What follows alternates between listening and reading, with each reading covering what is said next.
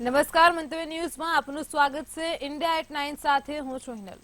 વડાપ્રધાન નરેન્દ્ર મોદીએ બિહારના રાજગીરમાં નાલંદા યુનિવર્સિટીના નવા કેમ્પસનું ઉદ્ઘાટન કર્યું હતું। આ પ્રસંગે પીએમ મોદીએ સંબોધન દરમિયાન નાલંદાના ધ્વંસને પણ યાદ કર્યો। તેમણે કહ્યું કે અગ્નિની જ્વાળા જ્ઞાનનો નાશ નથી કરી શકતી। વધુમાં કહ્યું કે મને ત્રીજી ટર્મ માટે શપથ લીધા બાદ પહેલા 10 દિવસમાં જ નાલંદા આવવાનો અવસર મળ્યો છે અને હું માત્ર મારું સૌભાગ્ય નહીં પરંતુ ભારતની વિકાસ યાત્રાના શુભ સંકેત તરીકે પણ જોઉં છું। નાલંદા એક ઓળખ છે, સન્માન છે। નાલંદા એક મૂલ્ય છે, એક મંત્ર છે, એક ગૌરવ છે, એક ગાથા છે। નાલંદા એ સત્યનો ઉદ્ઘોષ છે જેમાં પુસ્તકો અગ્નિની જ્વાળાઓમાં બળી શકે છે પરંતુ અગ્નિની જ્વાળાઓ જ્ઞાનનો નાશ નથી કરી શકતી। વધુમાં તેમણે શું કહ્યું તે સાંભળો।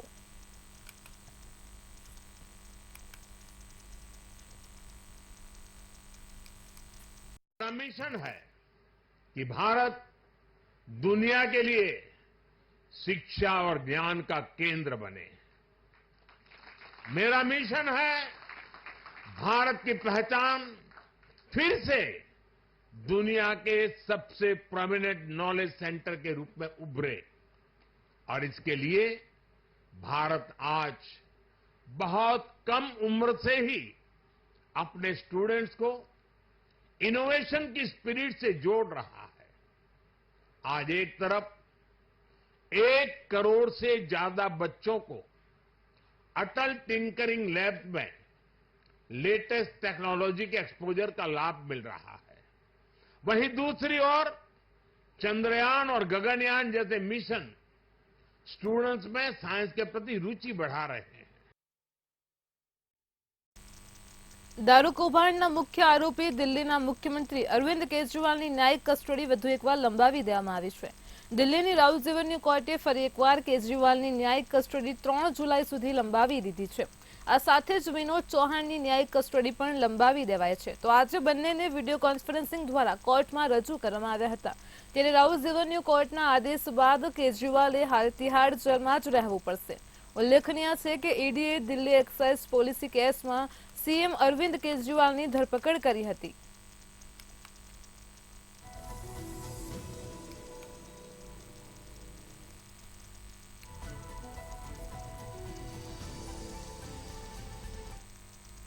હરિયાણામાં કોંગ્રેસને મોટો ઝટકો લાગ્યો છે। પૂર્વ મુખ્યમંત્રી બંસીલાલના પુત્રવધુ કિરણ ચૌધરી અને તેમના પુત્રી શ્રુતિ ચૌધરીએ કોંગ્રેસમાંથી રાજીનામું આપી દીધું છે। કોંગ્રેસ અધ્યક્ષ મલ્લિકાર્જુન ખડગેને પોતાનું રાજીનામું સોંપ્યું છે અને તેઓ બીજેપી હેડક્વાર્ટર ખાતે હરિયાણાના સીએમ નાયબસિંહ સૈની અને પૂર્વ સીએમ મનોહરલાલ ખટ્ટરની હાજરીમાં ભાજપમાં જોડાયા હતા। તો ખડગેને લખેલા તેમના અલગ અલગ રાજીનામામાં કિરણ ચૌધરી અને શ્રુતિ ચૌધરીએ આડકતરી રીતે ભૂતપૂર્વ સીએમ ભૂપેન્દ્રસિંહ હુડ્ડા પર નિશાન સાધ્યું અને આરોપ લગાવ્યો છે કે પાર્ટી ઓફિસ ખાનગી જાગીર તરીકે ચલાવવામાં આવી રહી છે। श्रुति चौधरी हरियाणा में कांग्रेस कार्यकारी अध्यक्ष था। हरियाणा में आ वर्षे ऑक्टोबर में विधानसभा की चूंटणी योजावानी छे।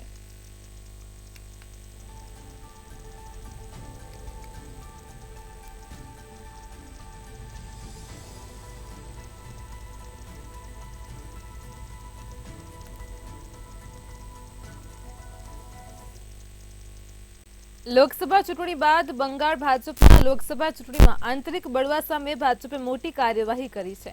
ભાજપે મોટી કાર્યવાહી કરતા લોકસભા ચૂંટણીના ઉમેદવાર અભિજીત દાસ બોબીને પાર્ટીમાંથી હાંકી કાઢ્યા છે। તેઓ ડાયમંડ હાર્બર લોકસભા બેઠક પરથી મમતા બેનર્જીના ભત્રીજા અભિષેક બેનર્જી સામે ચૂંટણી લડ્યા હતા। પાર્ટીએ લોકસભા ચૂંટણીના પરિણામોના 15 દિવસની અંદર જ આ મોટો નિર્ણય લીધો છે। અભિજીત દાસ પર પક્ષ વિરોધી ગતિવિધિઓમાં સામેલ હોવાનો આરોપ લાગ્યો હતો। આ અંગે રાજ્ય યુનિટે અભિજીત દાસને કારણ બતાવો નોટિસ પાઠવી હતી। આ નોટિસ પર તેમણે 7 દિવસમાં જવાબ આપવાનો હતો પરંતુ તેમની તરફથી કોઈ જવાબ આપવામાં આવ્યો ન હતો।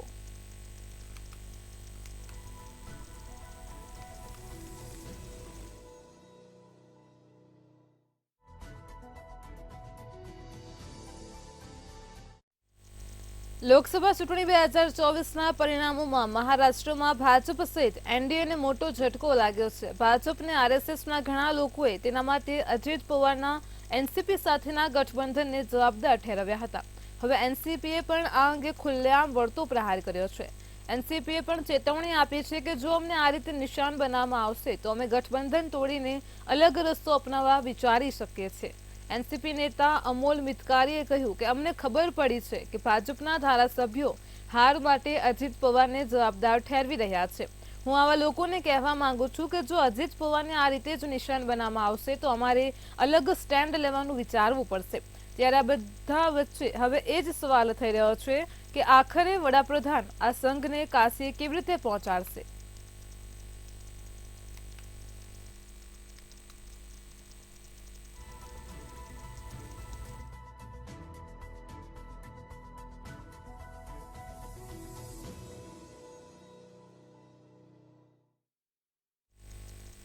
કોંગ્રેસ નેતા કિરણ ચૌધરી આજે ભાજપમાં જોડાઈ શકે છે। તેમણે પોતાના સમર્થકોને દિલ્હી પહોંચવાનો સંદેશ આપ્યો છે।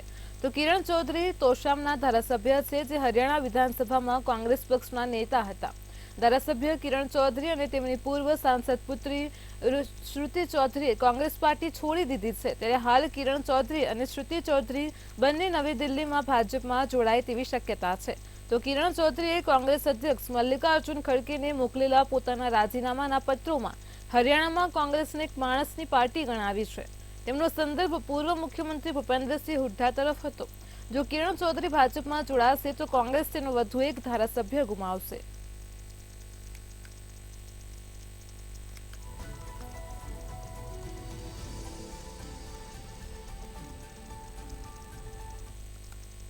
નીટ યુજી 2024ના પરિણામો જાહેર થતા જ તેમાં વ્યાપક સ્તરે ગેરરીતિઓ, પેપર લીક સહિતની ફરિયાદો થવા લાગી હતી।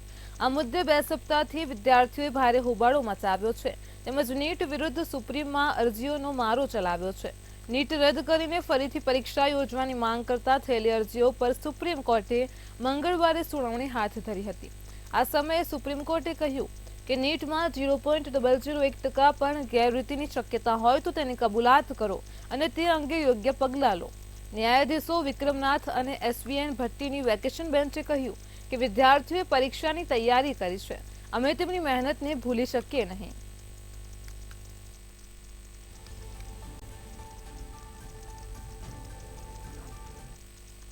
જમ્મુ કાશ્મીરના બારામુલ્લા જિલ્લામાં આતંકવાદી અને સુરક્ષા દળો વચ્ચે અથડામણનો સિલસિલો યથાવત જોવા મળી રહ્યો છે। ત્યારે ફરી એકવાર આતંકવાદી અને સુરક્ષા દળો વચ્ચે અથડામણ થઈ હતી। ત્યારે સુરક્ષા દળોએ અથડામણમાં 2 આતંકીઓને ઠાર કર્યા હતા। બારામુલ્લા જિલ્લાના વોટરગામ વિસ્તારમાં સુરક્ષા દળોને આતંકીઓ હોવાની જાણ થતાં જ તપાસ અભિયાન શરૂ કરાયું હતું। અધિકારીઓએ જણાવ્યું છે કે સર્ચ ઓપરેશન દરમિયાન આતંકવાદીઓએ સુરક્ષા દળો ઉપર ગોળીબાર શરૂ કર્યો હતો અને તે બાદ બંને વચ્ચે ભીષણ અથડામણ શરૂ થઈ હતી। આ અથડામણમાં 2 આતંકીને ઠાર કરવામાં આવ્યા છે તો જ્યારે એક સુરક્ષાકર્મી પણ ઘાયલ થયો હતો।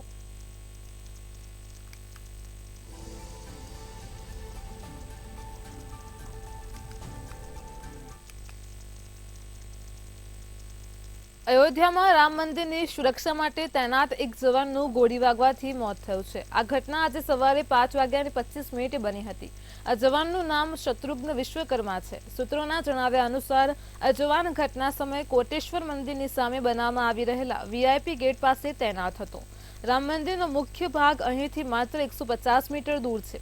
ત્યારે અચાનક ફાયરિંગ થયું અને જવાનના કપાળ પર ગોળી વાગતા તે ઘાયલ થયો હતો। જોકે સુરક્ષા કર્મચારીઓ તેને તાત્કાલિક હોસ્પિટલ પણ લઈ ગયા હતા।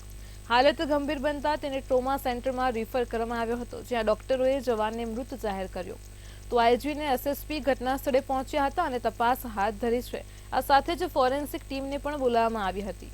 પોલીસ અધિકારીઓનું કહેવું છે કે તપાસની પોસ્ટમોર્ટમ રિપોર્ટ બાદ જ બધું સ્પષ્ટ થશે।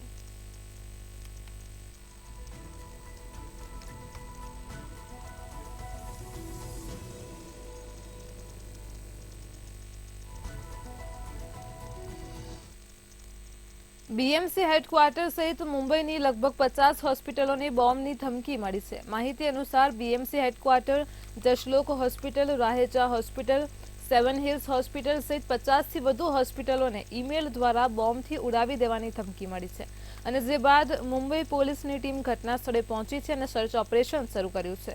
બોમ્બ ડિસ્પોઝલ સ્ક્વોડને પણ સ્થળ ઉપર બોલાવવામાં આવ્યા છે। જોકે લાંબા સર્ચ ઓપરેશન પછી પણ પોલીસને સ્થળ ઉપરથી કોઈ શંકાસ્પદ વસ્તુ મળી ન હતી। ત્યારે મુંબઈના વીપી રોડ પોલીસ સ્ટેશન આ મામલે તપાસ કરી રહી છે। મુંબઈ પોલીસે પુષ્ટિ કરી છે કે ધમકીભર્યા ઈમેલ વીપીએન નેટવર્કનો ઉપયોગ કરીને મોકલવામાં આવ્યા હતા। જો કે આ પહેલા પણ દેશના 41 એરપોર્ટને બોમ્બથી ધમકી મળી હતી, જે નકલી હોવાનું બહાર આવ્યું હતું।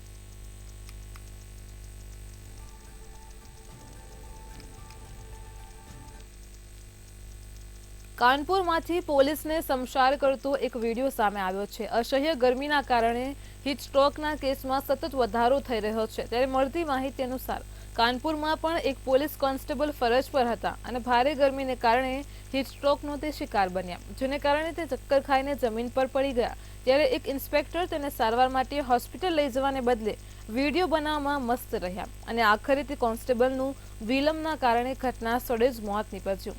હાલ આ વિડીયો સોશિયલ મીડિયા પર વાયરલ થઈ રહ્યો છે।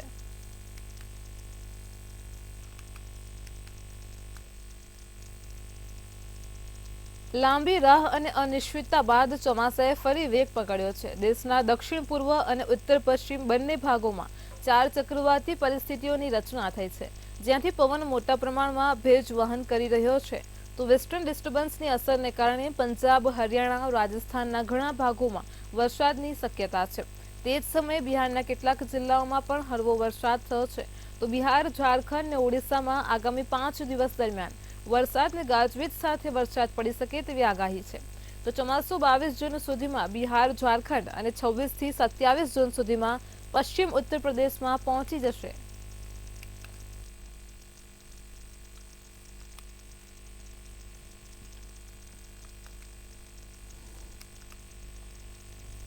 આતંકવાદીઓ પ્રત્યે કેનેડાનો સહાનુભૂતિ ધરાવતો ચહેરો ફરી એકવાર ઉઘાડો પડી ગયો છે। કેનેડાની સંસદે 2 મિનિટનું મૌન પાળીને ખાલિસ્તાની આતંકવાદી હરદીપસિંહ નિજ્જરને શ્રદ્ધાંજલિ આપી હતી। ગયા વર્ષે કેનેડામાં આતંકી નિજ્જરની હત્યા કરાઈ હતી। અગાઉ કેનેડાએ આ જ રીતે એક નાઝી નેતાનું પણ સન્માન કર્યું હતું, જેને લઈને ભારે વિવાદ થયો હતો। તો કેનેડાની સંસદે ખાલિસ્તાની આતંકવાદી હરદીપસિંહ નિજ્જરને તેની પ્રથમ વર્ષીય મૌન પાળીને શ્રદ્ધાંજલિ આપી હતી। 23 જૂને કનિષ્ક વિમાન દુર્ઘટનાના 40 વર્ષ પૂર્ણ થઈ રહ્યા છે। ત્યારે કેનેડાની સંસદે આ શરમજનક કૃત્ય કર્યું હતું। ભારતે હરદીપસિંહ નિજ્જરને આતંકવાદી જાહેર કર્યો હતો।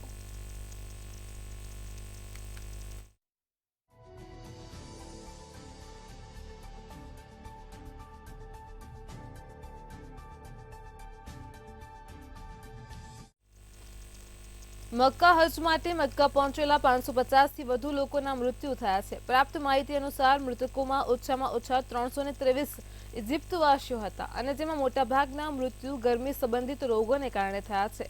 તો મૃતકોમાં ઓછામાં ઓછા જોર્ડનના 60 નાગરિકોનો પણ સમાવેશ થાય છે। આ સાથે જ કુલ મૃત્યુઆંક 577 પર પહોંચી ગયો છે। એક અહેવાલ અનુસાર હવામાન પરિવર્તનના કારણે હજ યાત્રા પર પણ અસર પડી રહી છે। મુસ્લિમોના આ પવિત્ર શહેરમાં તાપમાન દર વર્ષે 0.4 સેન્ટીગ્રેડ વધી રહ્યું છે। તો સાઉદી અધિકારીઓએ કહ્યું છે કે તેઓએ હીટસ્ટ્રોકથી પીડિત 2000 થી વધુ યાત્રીઓની સારવાર પણ ચાલી રહી છે। તો ગયા વર્ષે જુદા જુદા દેશોના ઓછામાં ઓછા 240 તીર્થયાત્રીઓના મોતના સમાચાર હતા।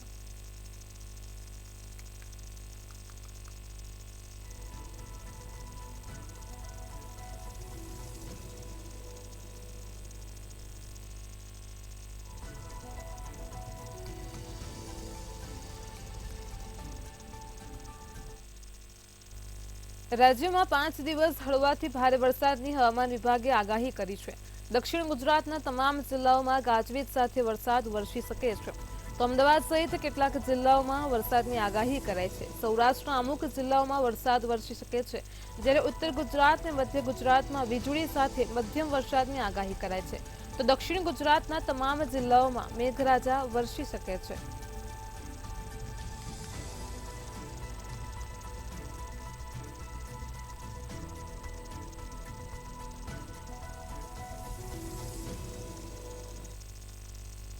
હવામાન વિભાગ દ્વારા આજે 20 થી 25 જૂન સુધી ગાજવીજ સાથે વરસાદની આગાહી કરાઈ છે। તો હવામાન વિભાગની આગાહી અનુસાર વડોદરા, સુરત, વલસાડ અને ભરૂચમાં આ 6 દિવસ દરમિયાન ગાજવીજ સાથે વરસાદ થઈ શકે છે, જ્યારે અમદાવાદ, ગાંધીનગર, બનાસકાંઠા સહિતના જિલ્લાઓમાં સામાન્ય વરસાદ થવાની શક્યતા છે। આગામી દિવસોમાં દક્ષિણ ગુજરાત અને ઉત્તર ગુજરાતમાં વરસાદની આગાહી કરાઈ છે। આજે ગાજવીજ સાથે હળવા વરસાદની આગાહી છે। તે સાથે જ 2 દિવસ સુધી ફિશરમેન વોર્નિંગ પણ આપવામાં આવી છે।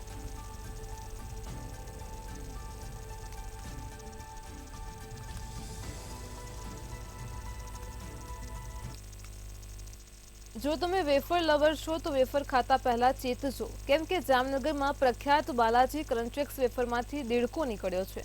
બાલાજી ક્રન્ચેક્સ વેફરના પેકેટમાંથી ફ્રાય થયેલો મૃત દેડકો નીકળ્યો હતો. રણજીત સાગર રોડ ઉપર આવેલ પુષ્કરધામ સોસાયટીના પટેલ પ્રોવિઝન સ્ટોરમાંથી ગ્રાહકે બાલાજી વેફર ખરીદી હતી.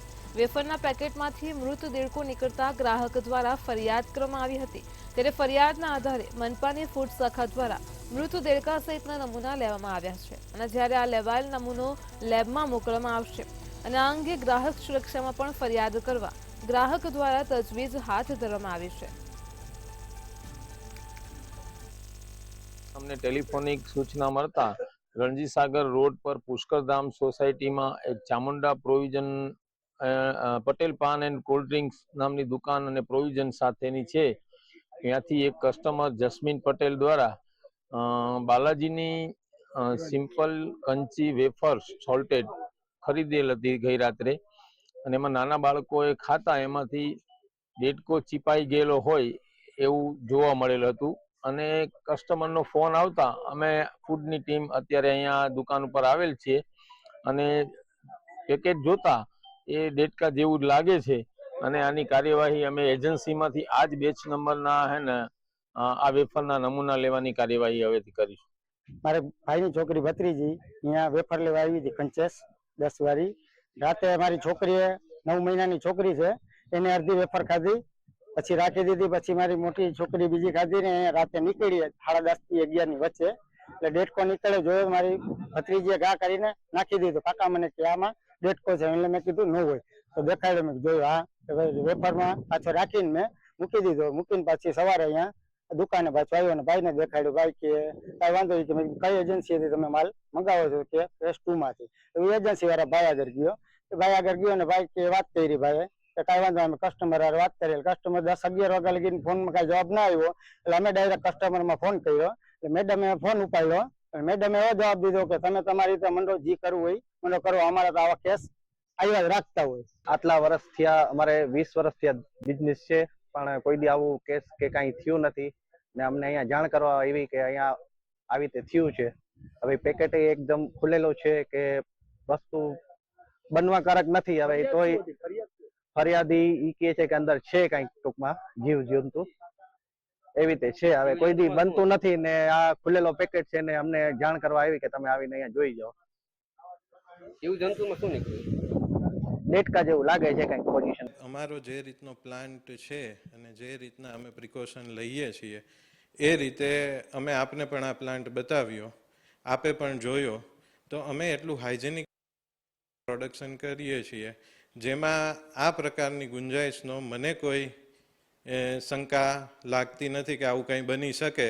છતાં પણ કમ્પ્લેન આવી છે તો અમે વધુ હજી આમાં તપાસ કરીશું. પાવાગઢ મૂર્તિ ખંડિત થવાની ઘટના મામલે ગૃહ રાજ્યમંત્રી હર્ષ સંઘવીનું નિવેદન સામે આવ્યું છે, જેમાં હર્ષ સંઘવી દ્વારા ખંડિત મૂર્તિઓ સ્થાપિત કરવાની સૂચના આપવામાં આવી છે. જૈન સમાજની માંગને અને મંદિરોની સુરક્ષા બાબતે સરકારે હકારાત્મક સહયોગ આપ્યો છે અને તેની સાથે જ હર્ષ સંઘવીએ સ્કૂલ વાન મુદ્દે પણ નિવેદન આપ્યું છે, જેમાં ફાયર એક્ટિવેશન બાબતે સરકાર કોઈ બાંધછોડ કરશે નહીં. સરકાર માટે બાળકોની સુરક્ષા અને કાયદાનું પાલન પ્રાથમિકતા છે. તાત્કાલિક या जैन संघ द्वारा એને સાથે રાખીને દેવ સંઘોને સાથે રાખીને મૂર્તિઓ પાછી સ્થાપિત કરવાની શરૂઆત કરી દેવામાં આવે છે. કાલ સાંજ સુધી બધી જ મૂર્તિઓ વિધિ પ્રમાણે ત્યાં સ્થાપિત કરી દેવામાં આવી છે. એના સિવાય સમાજની જે વિવિધ માંગણીઓ હતી એ માંગણીઓ મોટાભાગની માંગણીઓ જે યોગ્ય અને સચવાઈ સરકાર સાથે મળીને મૂર્તિઓની દેખભાલ થઈ શકે, સાર સંભાળ રાખી શકે તે માટે જે માંગણી સમાજ દ્વારા આવેલી હતી તેવી કલેક્ટરમાં પ્રોસિજર. આ નિયમો પહેલાથી જ છે. મારી આ સૌ રિક્ષા ચાલકો, વેન ચાલકોને બી વિનંતી કે આ નિયમો તમારી અને રાજ્યના નાગરિકોની સુરક્ષા માટે એ સાચી વાત છે, તમે લોકો જોખી રહ્યા છો, પરંતુ આપણે વ્યવસ્થાઓને બંધ નથી કરી. વ્યવસ્થાઓને સારી રીતે અને નિયમબદ્ધ ઉપયોગ કરી શકે તે માટે આપણે એ લોકોને યોગ્ય સમય એટલે કે ફાયર એક્સટિંગ્યુશર છે તો ફાયર એક્સટિંગ્યુશર લઈને મૂકતા હું માનું છું ત્યારે તક 2 દિવસ 4 દિવસ લાગે તોય આપણે એ લોકો જોડે બેસીને યોગ્ય સમય જોડે બધા જ લોકોને બધી જ વસ્તુ નિયમોનું પાલન જરૂરથી કરવું પડશે. રાજ્યમાં સ્કૂલ વાહન ચાલકોની હડતાળ અંગે રાજ્યના વાહન વ્યવહાર મંત્રી હર્ષ સંઘવીએ સ્પષ્ટતા કરી હતી કે રાજ્યના નાગરિકોની સુરક્ષા અને આનુષંગિક વ્યવસ્થાઓ જાળવવાની જવાબદારી સરકારની પ્રાથમિકતા છે અને એટલે જ કાયદાના પાલન સાથે વ્યવસ્થા ચાલુ છે. એટલું જ નહીં, સ્કૂલ વાહન જે નિયમો બન્યા છે તે અગાઉના જ બનેલા છે, પરંતુ અત્યારે સુરક્ષા માટેના નિયમો ચૂકી ગયા છે ત્યારે આ વ્યવસ્થા બંધ કરવાની નથી અને તમામ વ્યવસ્થાઓનો નિયમબદ્ધ ઉપયોગ કરવા માટે સરકાર કટિબદ્ધ હોવાનું વાહન વ્યવહાર મંત્રી હર્ષ સંઘવીએ કહ્યું છે.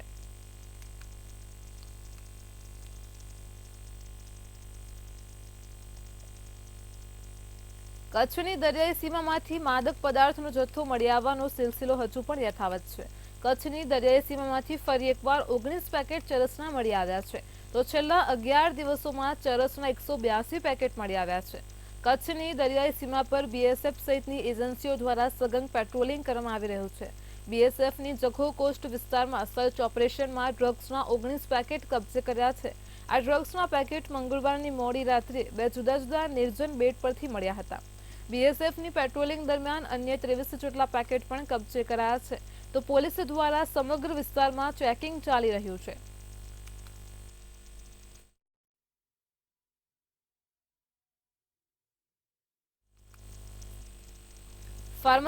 ફાર્મસી કાઉન્સિલમાં ઓફ ઇન્ડિયાના પ્રમુખ ડોક્ટર મોટુ પટેલ સામે ગેરકાયદે નિમણૂક આક્ષેપ લાગ્યા છે.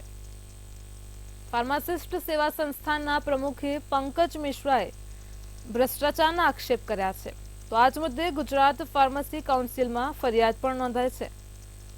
મોન્ટુ પટેલ અવૈધ રીતે ફાર્મસી કાઉન્સિલમાં ઓફ ઇન્ડિયાના પ્રમુખ બન્યા છે અને કરોડોનું કૌભાંડ આચર્યાના આક્ષેપ કર્યા છે. તો 1.5 વર્ષથી સીબીઆઈ જાંચ પડતાલ કરી રહી છે, પરંતુ હજુ સુધી એફઆઈઆર થઈ નથી. તેથી એફઆઈઆર કરવા માટે માંગ કરી છે. છેલ્લા 4 મહિનાથી મોન્ટુ પટેલ વિરુદ્ધમાં ફરિયાદ કરવામાં આવતી હોવા છતાં કોઈ જ કાર્યવાહી કરવામાં નથી આવતી હોવાનું જણાવ્યું હતું.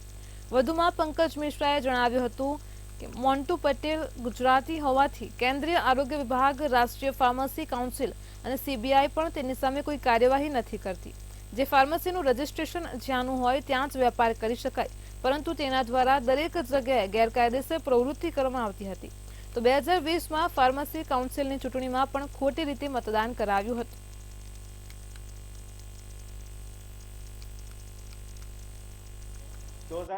में एक लाइसेंस बनवाया दमनदीप में. वहाँ पर जो लाइसेंस बनवाया गया, लाइसेंस पे कोई भी बिजनेस किसी भी तरह का नहीं किया जा रहा है, किसी भी तरह का कोई बिजनेस नहीं किया जा रहा है. इसके लिए भी मैंने लेटर लिखा, लेकिन जिस पे कोई भी जांच आज तक नहीं हुई है. मिनिस्ट्री से लगातार फार्मेसी काउंसिल ऑफ इंडिया और मोन्टू कुमार पटेल से जवाब मांगा जा रहा है, लेकिन फार्मेसी काउंसिल ऑफ इंडिया और मोन्टू कुमार पटेल जवाब देने के लिए तैयार ही नहीं, जवाब देते ही नहीं.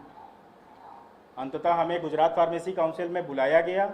हमारे पास में जितने सबूत थे शिकायत से संबंधित, हमने सारे सबूत गुजरात फार्मेसी काउंसिल के प्रेसिडेंट और रजिस्ट्रार महोदय और अन्य जो सदस्य हैं उन सभी को अपने सबूत सौंप दिए. मोन्टू कुमार पटेल ना तो दमन एंड दीव का निवासी है और ना ही उसका वहाँ कोई व्यवसाय है. इससे पहले भी मोन्टू कुमार पटेल ने 2019 में खुद को नॉमिनेट करवाया था, जिसकी सदस्यता की समय अवधि 2020 में ख़त्म हो गई थी. उसके बाद में ना तो गुजरात फार्मेसी काउंसिल ने उसकी सदस्यता को लेकर के कोई चिट्ठी लिखी दिल्ली में, सदस्यता तो 2020 में ही ख़त्म हो गई थी. उसके बाद से मोन्टू कुमार पटेल ने लगातार फार्मेसी कॉलेज के अप्रूवल, सीट बढ़ाने और इन सारी चीज़ों को लेकर के कॉलेजों से लाखों रुपए घूस लिए. इंडिया एट 9 में हाल आटલું જ. પડે પરની અપડેટ મેળવતા રહો માત્ર મંતવ્ય ન્યૂઝ પર. નમસ્કાર.